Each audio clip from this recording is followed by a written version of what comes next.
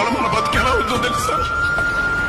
ఇవాళ మనం అన్యాయం జరిగినా అన్యాయం అని చెప్పకూడదు, బైబిల్ గ్రంథాన్ని తగలబెట్టినా అన్యాయం అనకూడదు, యేసుక్రీస్తు ప్రభువును నోటుకొచ్చినట్లుగా తిట్టినా లంజా కొడక అన్నా మనం ఇదేం అన్యాయం అని అడగకూడదు.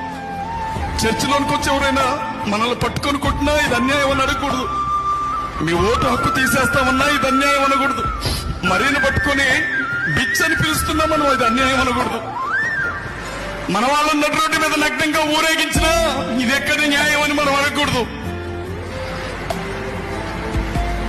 రోడ్డు మీదకి మంచి మాటలు చెప్పడానికి వెళ్ళిన ఆడబిడ్డల కొంగులు పట్టుకొని లాగి మీ మొగుళ్ళకు సంపాదించుకోవడం చేత కాకపోతే పాస్టర్ల పెళ్ళాలను మా దగ్గరికి పంపండి, మీకు డబ్బులు ఇస్తామని అన్నారు, అది ఎక్కడ అన్యాయం అని అడిగినందుకే నన్ను అరెస్ట్ చేశారు.